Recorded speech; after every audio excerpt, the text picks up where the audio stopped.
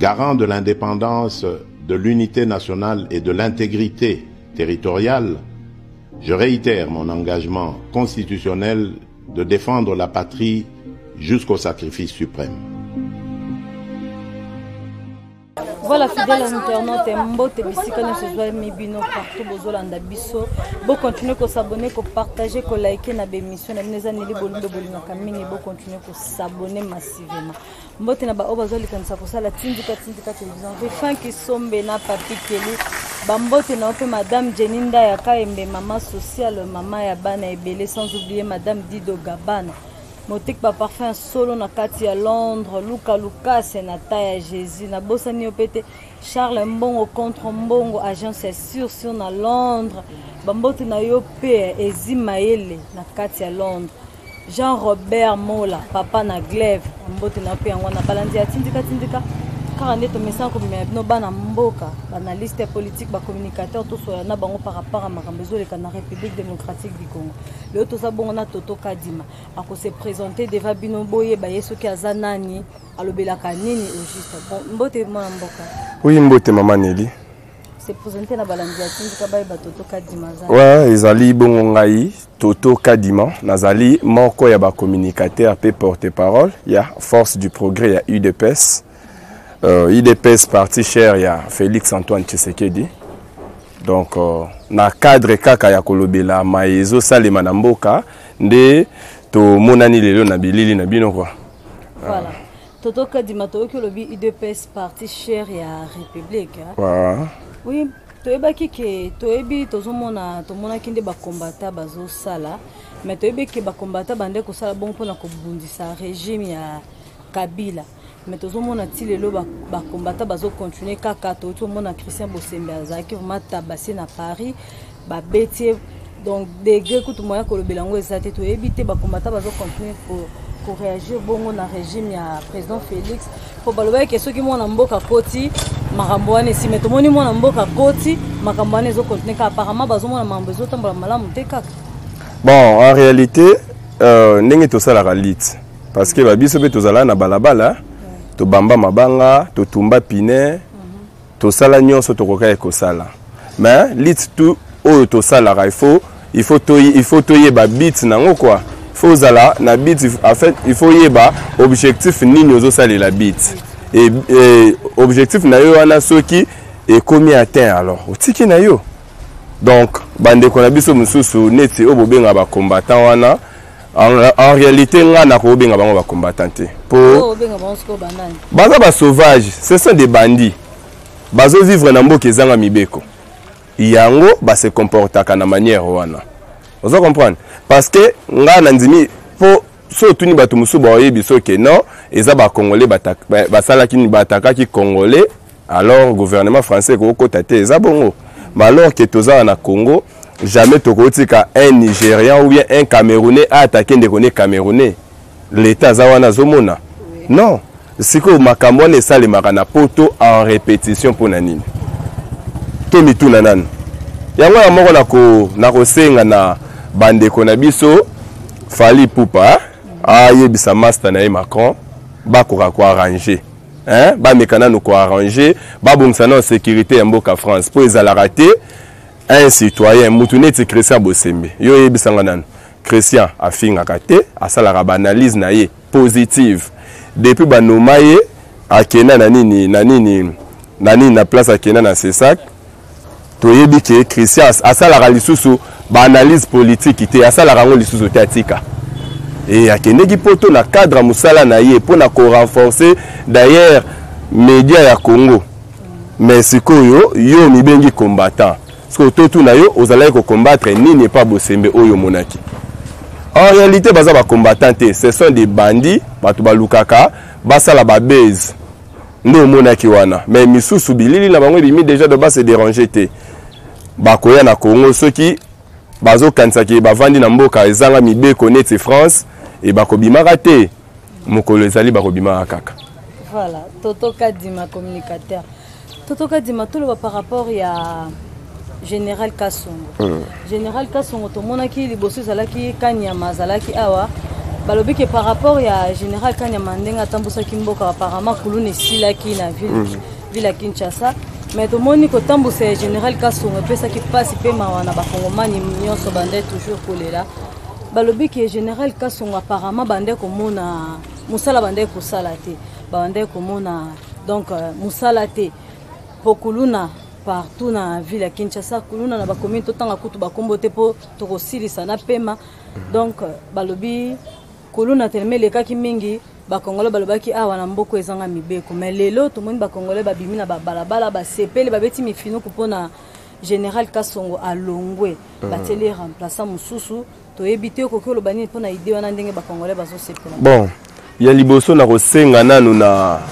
bakonzi ya mboka na biso en fait gouvernement azona no courage bamba en fait ba mesure mususu to mekana no ko bannir ngo na mboka na biso Congo ozomona donc babiloko nete ba droit de l'homme na Congo ekoki ko exister te na ba dimension mususu ekozala te na ba angle mususu babiloko wana e ba droit de l'homme ekozala te parce que babiloko wana nde salaka ke moyen l'État ou bien gouvernement base ba mesure moko fort exacté vous comprenez donc ba mekana ko za courage ba boya na ba makambo ba droit de l'homme na makambo tali kuluna parce que ce qui général Kasongo a futaki na mandat na ye ezalaki par rapport ya kuluna ndenge régner vous comprenez donc ngai ezane loko moko nazala ko reprocher nango na commissaire provincial ya la police ezali du fait ya kotika policier pendant des années na société moko policier azo temps ya ko se familiariser na population ya quartier ozomona policier azo bota na petit moko na petite moko quartier alors yo siko yebisa ngai soki leki ya petite wana aza par exemple kuluna et qui akeya ayibi to abomi policier wana kangi a che wana grande sœur na ya koya akolelela ye kaka bakotika na bango ye ozomona donc ozomona ke policier akomi camarade ya kuluna ke ya yibi boye bofundi na la police allez la police en sala nini soit ba esibino no botika nini comme ça to kosala enquête ba mena enquête ba ke parce que o wana kutoza ko mena enquête te po ba yebi déjà kuluna ngo po bazalaka na ye moni tozalaka wa na ba réunion so bis tozalaka na miyibi o bazalaka identifier o azalaka moyibi ya Rekingandi o aza moyibi ya Pascal o aza moyibi ya Victoire basalaka wana bazalaka wana des années bazalaka et puis la police pe na secteur ango ezalaka pourquoi ba ko conseiller ba biloko wana te ozomona du fait ya kotika policier moko na société bambule belé yango nde esali ke créer insécurité na ville na biso pour policier moya zo lisusu décision ya makasi avec décision exacte pour yebi déjà que sur la salle mabe azande ko na ngai ou bien maire na bango opesa ngai sous damazité o boy ba opesa ngai liso boyete o soki pe air to en fait air to zala savon to sela chez bango moni alors babiloko wana nde esala kibongo ngana lingi successeur ya nani ya général Kasongo amekana no kosala ba déplacement ya ba policier hein mo ba policier na biso awa ya kini ba kozwa bango batindi ndi bango ata na est baluki ata ba policier moko Ituri baya ba kaboli bango na ba société bazu ba policier peut-être yani ya Katanga batindi place au monake qui bandi et kosila yango moko 5 ba forçango parce que policier faut agir avec force policier ko agir te na légèreté nyonso azo traiter ka ke non onde konanga non ndeko policier azate policier ndeko na eza mibeko ozomona donc kolonga ya général Kasongo ezali po eteya ba emisusu oyo bazu ba poste bayeba ke ngai pe ndenge za bazotala nga miso ya population ezotala ngai et miso ya bakonzi mboka ezotala nga donc une fois nako faillir na mission na nga ngape bakochanga libanda omoni donc successeur ya général Kasongo azo mission ya liboso ya kobanana nukosala réaménagement ya ba policier na ba société voilà alongo la bango atinda et puis ba mekana nous contenir eloko moni moko tolobaki na tango Mobutu ba makambo ya ba insécurité ezalaka te ba mo ba biloko mosusu.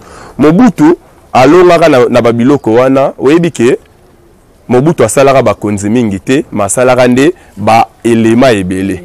Moni durant 32 ans ya Mobutu anomaka je crois ceux qui baleke ebele bakozala peut-être ba 9 généraux. Mais toya na Joseph Kabila na 18 ans tokotanga na ba généraux tokolemba. Ozomona so tango tozozwa ye kuna mokonzi nga mokonzi bazi bache biso na place moko ta kotindela muninga loi nde ba biloko même omoni ezo salema na ba est ya mboka ba généraux baleke belé donc ba pesaka ordre baleke belé omoni ke moyen bambolombolo na bango basala ezate. Alors esengeli nan ba mekana na kotenir basala réaménagement ya ba policier na ba société et puis ba umisaka bango te 6 mois bolongwe batindi misusu basala bongo et ko aider biso na ba insécurité toza na ngwa na fil. Voilà. Toto Kadima to lobela par rapport ya Francis Kalombo na loi ya Tchani. Tomoni loi ya Tchani apparemment epesi moi bilobal ba nungu na minoko bato ebele na ba ebali ki suponda kala vraiment tote komona Daniel Safa lobela ki loi Tchani tomoni Senko aboyi loi wana mais mana Daniel Safa meto to kolanda Francis Kalombo alobi aza d'accord na loi wana mais tandis que moi banungu bimaka ke Francis Kalombo azalaka congolais de père et de mère azalaka étranger. Mais tout le monde est d'accord dans la loi Tchani, que de père et de mère. Est d'accord dans le tant que communicateur, il dépasse par rapport à la loi wana avant même basa la projet ya loi. Avant même Noël Tchani a créé loi. Ngai déjà na bandara déjà ko soutenir déjà que loi ya bongo ezala. Si tant on peut loi ngo yé. Donc nga déjà nazali donc nazalaka d'accord dès le premier jour. Considère naza d'accord ti lelo. Maman, na lobi boye. Est-ce que nani héritier ya famille neti ndenge ezalaka papa aza na mapango na ye aza na bana na ye ba héritier est-ce que bana na ye wana bakoki ko partager héritage ndenge moko na bana o bazali adopter? Je ne pense pas. Bano bazali adopter peut-être basunga famille na babiloko mususu bakozwa mo babiloko moko OK ba raisonner bango mais bakoki kozala jamais de même droit na ba héritier ya famille moni. Alors yango moni loi ya Tchani eza loi moko eye ko porter solidarité unité na mboka Congo pe eye mingi ko fait eye ko consolider souveraineté na biso omoni loi ya Tchani nga naza congolais de père et de mère maman nanga kasayen papa nanga kasayen barrière parent nanga bango nyonso bakasayen. C'est-à-dire naza na somote yake bache loko mobo na intérêt na nga congolais nga na ko s'agiter na nini. Na ko s'agiter te. Étranger ou peut-être azoluka akonza biso pour amoni ke toza na pasi alors alinya asala nini apporter le biso soutien. Bo bana même na kotala na mboka ya ba étranger wana. Bango ba vivra bien. Ça va vivre bien te alors. Tant mieux que na mboka na bango le soutien nyonso alinga ki apporter awa wana amemango chez bango. Chez biso te biso toza na ba congolais oyo il faut ba décider on dit une fils. Moni na ko tient l'exemple moko. Loi Tchani et pekisi étranger te ko sala na Congo, loi Tchani et pekisi pe étranger te ko ya na Congo. Na yoki nangambu mususu basango babengi yango tribalisme. Peut-être que ba yebite ce qui tribu eza nini. Na kati ya Bible bango batangela biso Bible. Ba yebi ke na kati ya Bible bakomi ke boko pona mokonzi o akouta na libota na bino auta libanda te. Eza na Bible mama na ngai. Donc na kotangisa ngo kutu basango te po bango ne ba yebi yango mieux koleka même ba pasteur na biso. Ozomona. Alors loi wana ya Tchani tango yé peka kako donc eye ko renforcer maloba oyo Bible loba ke bopona mokonzi ya étranger te o uti libanda te bopona mokonzi auta na kata libota na bino. Mais c'est pour que basani ba privilégier ba intérêt ya mboka na biso. Imaginez que Moussala ministre de défense zali a organiser armée comme ma demande ya armée auprès du gouvernement comme ka kosala moi ba créer moi en fait ba créer moi dynamisme moko boye na kati ya armée musala ya ministre de défense vous comprenez mais c'est quoi ceux qui lelo tozui ministre de défense aza peut-être de nationalité rwandaise vous comprenez wana tcheka exemple bozui ministre de défense moko azali de nationalité rwandaise ministre wana lelo toza na bitumba biso na Rwanda okoyeba en tout cas yebisa wana no organisation ni yango akomemela biso na kati ya armée ozomona tozalaka na James Kabarebe muto anoma James Kabarebe c'est un Congolais un moment na pesaka Macron raison na place wana muto anomaka James Kabarebe c'est un Congolais de père et de mère a nommé James Kabarebe chef d'état-major ya armée na biso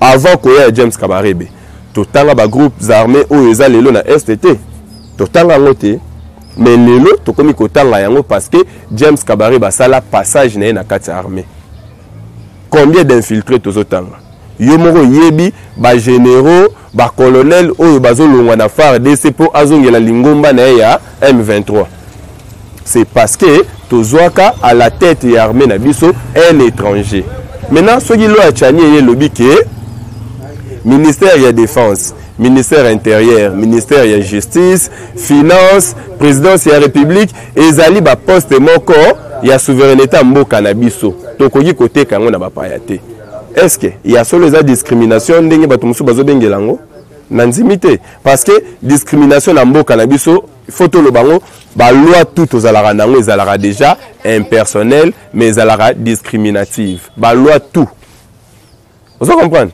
ba loi nyonso même ceux qui tokei na ba pasteur au mona keno o ya sala doctorat te na ndinga mibeko na bango ba pasteur akoki kozala pe pasteur te na kati église vous comprenez ozonga donc soko kei na bango basango parce que bango nde ba critiquer ngo mingi ba bandango depuis kala tilo le bazo continuer to kei na bango basango o ya landa ba étude malamu te na nzimi te ke ba kozombala moko ba ale ba commissaire soki pe monseigneur il faut mata étape au longue étape au mati au longue au mati c'est-à-dire moi discrimination moko ezalaka wana na kati ozomona lelo tozalaka na loi na mboka na biso avoko ma gouverneur ya banque centrale il faut ala de père et de mère est-ce que na kati wana discrimination ezate cezali malheur que na étranger musu baza na compétence ya ko relever banque na biso mais pourquoi ba pesi bango accès wana te c'est parce que eza mibeko omoni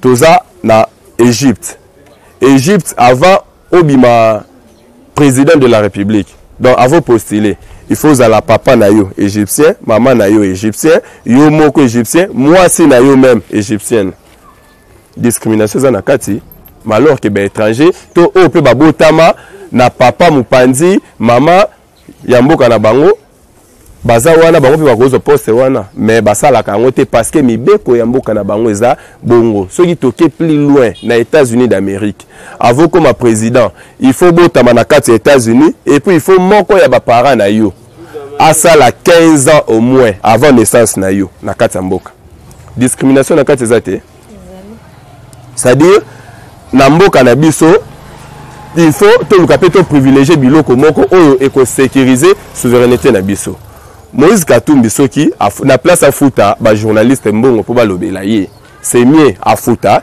500 députés autoza na bango mais ba 5000 na ya pesa rawana azia ngo pesa ngo na 500 na chacun ya ba député 500 et nini 100 000 comme ça ba kosala nini ba koboya ko voter loi mais soka ko Fouta bango te soka ndo Fouta ba journaliste musala punda loi wana ba ko voter ngo pe koleka po to moni place moko loi wana et fouté to et gafete loi wana ezali dans les bons oui to que le que loi tchani wana ezali dans les bons mais to ki kaka Francis Kalombo a lobby lisusu par rapport à loi moko il faut ezala lisusu ligné loi moko zala ke peuple ba banda ko voter lisusu président de la République a ozala oponama to voter pas ba député élu donc population to ba otika la kaka ko voter ba député après ba député o ba ozala élu nde ba voter président de la République là on a pensé que ba ligne est-ce que ko le kafa bon lo na nzimité que ça déjà mais ce qui est Francis Kalombo a la proposition de la loi na yé à ça là il est pas qu'il ne déposer à peu député honoraire gouvernement kocha donc il y a côté il y a na kata gouvernement te ma côté déjà na makanisa gouvernement pour y ba que loi moko ekoya est-ce que zo mo ante que to komi go bima ba prophète ya ba malheur na biso moko quand même Francis Kalombo a côté na kata gouvernement te. Mais au moins, il y a déjà que le gouvernement a coaché la loi. Il y a qui a évité loi n'y va et les cas, ça la nous comme proposition et puis il y a en fait écrire une discussion avant d'aligner. Donc tu vois quand on paye caca. Ceux qui payent les abongos, on va payer belé à déjà, va payer on paye koufate, moni. Déjà vous n'amboka na biso da vous c'est la rabiso population. Tout voter par gouverneur. Les lots, tout le monde a la ville, n'a pas qui chasse la salité. C'est grâce à la gouverneur ou les députés provinciaux va voter la rabiso. Pour biso la population, là, nous tous ça la choix à gouverneur. Les députés provinciaux va voter la rabiso. Pourquoi bango balukina nous te ba combattre loko wana. Pour biso to bundela ngombula na mbula. To koma ko voter ba sénateur, to koma ko voter ba gouverneur. Yango ekotana nous te, mais alors Francis Kalombo a mal naé a tiangona na patience. Comprendre? Bati Kalo a tianyeleka. Yé peut soit ça la proposition loi naé aya ko sala ngosima. Mais oye le kanan. Voilà. Toto Kadima, tout le par rapport à la muka moi analyse na yo par rapport à Lisanga ya la muka to moni Martin Fayulu. Lisanga ya Martin Fayulu, Joseph Kabila, nani Moïse Katumbi, bon, Mozito azala tantôt plutôt. Mais Martin Fayulu a lobby qui a bengani Mozito. Martin Fayulu a bengani Mozito. A bengani na lamuka. Lamuka ezala na onini. Bon, plateforme na bon ba ça salamaka ya lamuka. Créateur à lamuka ezala Fayulu na ebité. Na nzimité po azala rapé au départ azala rapé déjà grand goloté. Ayara na era dombisi a se noyer aye ko bimana kata mikolo. Si les lois zipe gaz. Il est pas comme une compétence ya robenga na batu na kata lamuka. En tout cas, na habité ceux qui battent charte mon que mototel a koyi ko bengana. Donc en tout cas wana na bien ngote na charte na bango la muka so ba koma bongo. Mais na connaissance on aza nango la muka etikala ko komelo ko wana TP Martin Fayulu aza na compétence wana te ya ko bengana mutu na kata la muka. Na kata la muka mutu kolongwa ye moko na volonté na ye tout comme a rozonga pe ye moko. Moni la muka ndenge zalaka. Donc lisanga na bango bazalaka Matata Ponyo, vu na biso prix Nobel. Oh, lelo akoma nani docteur Denis Mukwege. Lelo akoma na posa ba pesa lisusu nini wana titre wana yaki nini prix Nobel. Moi kozwa ka lisusu te parce que Nathan Félix ba viol ou ezala ki osala Nathan Kabila wana ezate. Yango Mukwege tellement moni avandi.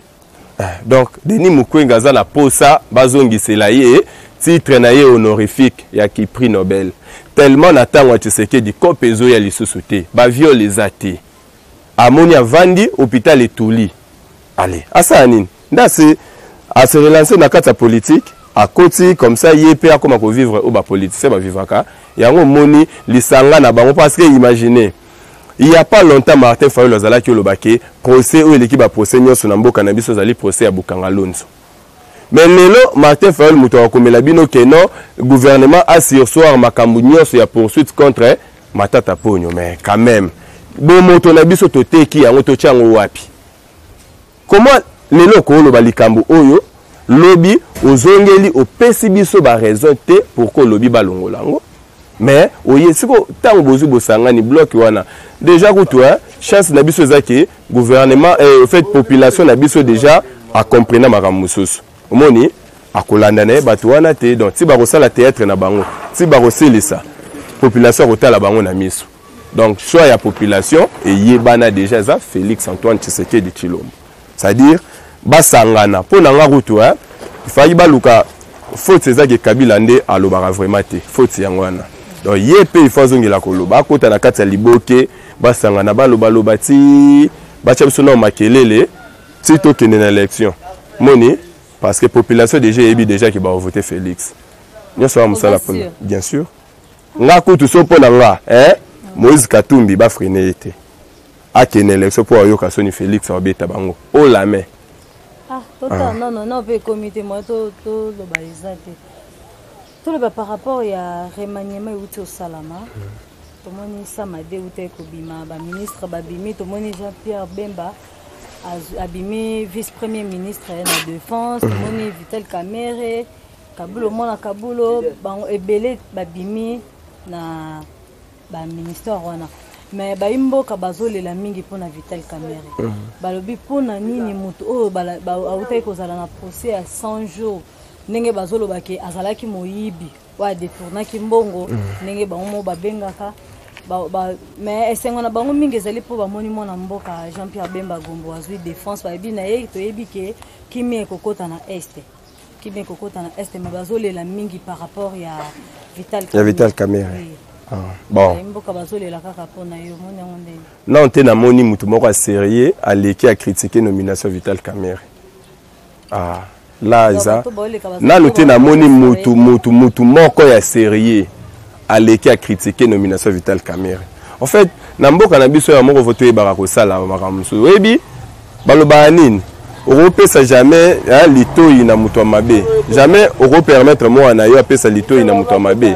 Moni donc, pour boucher l'ito ya mwana. Ndeba biloko zomonana. Ba émission bazali ko critiquer nomination ya Vital Kamere na no ba pesi raison fondamentale ya ba critique na bangote. Nga noze la ba ya ba pesa nga raison pourquoi bazobo ya nomination ya Vital Kamere. Vital Kamere na ngai na yo to bengaki moyibi te. Ba juge nde ba bengaki moyibi. Ba condamné na premier degré. Kamere sali appel. Tomati na nini kuna na deuxième instance babuki peine na yezalaki de 20 ans et kiti na 13 ans. Asali sous appel. Basali nini babuki nini na ye ba kite ye. Siko babela mutu moyibi na tango juge a confirmé culpabilité na ye. Vous comprenez? Mais tant le juge a koki ko établir yango te bon ngana yo to ko lakisa ke caméra yibi ndenge nini et puis ce qui to bi le loto définir que caméra yiba to so alors caméra yiba ni caméra yibi le côté caméra ba pesa ki problème il y a justice amboka na biso zalaki ke misala o caméra zalaki na ngo na charge na ye c'est à dire parce que caméra zalaki instructeur ya marché moni azalaki instructeur ya marché esalemi esali ke baye bazosala nini marché wana basali yango na mois retard nde par rapport ya wana bajuge balukaki bayeba clair ozomona donc Vital Kamere s'il faut toloba bien Kamera yiba te bakangela Kamere makambo yake musala oyo falaki esalema eumela po bakangela ye na makambo 100 jours. Na programme à 100 jours, lelo, tous en basso des moutons, automataka. Na ye fayu mutozo loba na déjà matango. Bato tout au ba loba. Ataye Joseph Kabila, hein? A matango déjà. So des moutons, au bakangila Vital Kamere, mais au moins tongami. Ba maison préfabriquée. To kenena na kanchachi au mona ki ba maison préfabriquée et tongama na ba site nyonso balobaki ba maison préfabriquée tongama et tongama. Ce que boza na posa boye balisusu nini bokobenga Kamere moyibi par rapport ya nini ozomona Kamere yiba te nomination Vital Kamere ezali mutu moko taza na doute na mboka na biso ke Kamere azali économiste avéré mutu moko taza na doute ozomona alors grâce à expérience na ye et ko permettre biso to meka au moins ko stabiliser système économique na biso pour système économique na biso et comme déjà par terre Congo toluaka nyonso même tina tonga ata litungulu bozana litungulu mais oye utaka Afrique du Sud ndo mona ke bachaka ngona ba supermarché bazali côté ka image nango mingi bozana pomme de terre ya Goma yango kutunde za meilleure qualité mona oye Afrique du Sud yango nde bateka ka image nango siko ba biloko wana nde Kamera ye po ameka koselisa yango apesa na no valeur na économie mboka na biso to ko kapé ko salelaka ba biloko mboka na biso mais il faut sala musala parce que to koki olobana no bongo te to mona ende na misala po ba imboka bazolela surtout pona to kaka ya dollar Bon. Donc ce que ça qui a touché vraiment pour un hormone. Bon, ngai à ce qui concerne ngai à ce qui concerne makambu, il y a caméra sala toi sala té. Na yebi déjà que caméra sala. So botuni nga caméra ko sala ndenge ni yo moneli yango. Na yesa bino ke parce que kombo na ye ekenda na sangwa mabe na mito ba congolais. Alors pour kombo na yesa la laver, il faut ça là. Donc à cause ça là, dans la caméra ça tu as droit à échec té. Réussite na ezali obligatoire. Il faut qu'à réussir. Moni, ata ko ça là à 100% par rapport à temps. Ma ko ça là yango atandam. Moni, donc mission ba PC Vital Caméré à cause ça là yango avec succès. OK. Mais au lobby par rapport à Jean-Pierre Bemba Gombo. Jean-Pierre Bemba Gombo déjà bien avant tout ça là il a robengé seigneur de guerre. Ah, Jean-Pierre Bemba nommé na makambo guerre. Yani si facha za la ramo Christ. Allez na makambo prière trop. Mamoni voisin na ye azo menacer na makambo bitumba. Ya ye na négociation voisin azo lingate. Mais voisin wana azo bundisa biso Paul Kagame. Alobi ke comment ça fait muto za chef des rebelles bokoki ko zoye akamba armée ya mboka mobimba. Voilà Kagame mtalobi yango. Ah, ils déjà somme. Jean-Pierre Bemba zo banke. Makambu ya mboka na biso etalié na nini. Ceux qui ba nommé mutu ya guerre, yo poza mutu ya guerre, bo ba tcheli mutu ya guerre ye wana. Bo bunda bino mibale. Bemba sali rébellion, ye Kagame sali rébellion. Bon, ba kutana bango mibale sili. Ça doit un problème té. Comme ça ba soda nyoso Kabila kotsa na kati armée wana ba infiltrer Rwandais wana. Bemba ko bimisa bango. Et sili, somo na bango yango wana. Yo kanti baza somo mususu place wana. Voilà, moi la mboka totoka di matokomi na suka émission na biso, moi message na ya suka pona ba imboka mobimba bazolanda biso. Message na ngai ya suka na kobanda nanu na ko remercier bongo président na ngai ya Force du Progrès, président national Jojo Mboyo Fwamba. Na remercier ye pona misala o awuti ko sala na journée de la femme, tomoni vraiment engagement na ye à s'investir personnellement na ko promouvoir valeur ya basi. Et yango na remercier ye et puis na linga ki pe na remercier vie na ngai Sébastien Kalombo oyo assiste ngai de temps en temps na ba activité fait na ba activité politique, donc à soutenir nga azalaka toujours de près na ngai et puis na ndeko na ngai Mao papa na Cristiano na Brian na remercier bango bongo et puis na pesi ba imboka nyonso oyo bakozwa chance ya kolanda biso na mokolo lelo na pesi bango merci et puis na sengi na bango choix na bango ya fachi ebunga te po yende seul candidat oyo akosilisa oyo nyonso ezalaki depuis na tango Kabila po bandaki déjà kolave oyo nyonso akutaki azobalaye et donc bana mboka basimba na mitu na bango ke soki toza na loboko toko kende musika. Voilà, merci beaucoup Totoka Dimato ebi ke zambala sukate toko banda kozwaka zwaka poto solo laka. Merci na bino pe balandi na biso ya tindika bozalaki toujours branché pour na kolanda information ya neli bolumba. Merci na Nicolas Maleme molandi monene ya tindika Serge Nzanzala, merci na bino so babonné na biso. Bo commenter, bo partager, bo sanate vraiment ba commenter na bino bisala biso to e ba bien place to bunga ki to bongisa moi libako to beta ki no bosepela ki nango te to bongisa.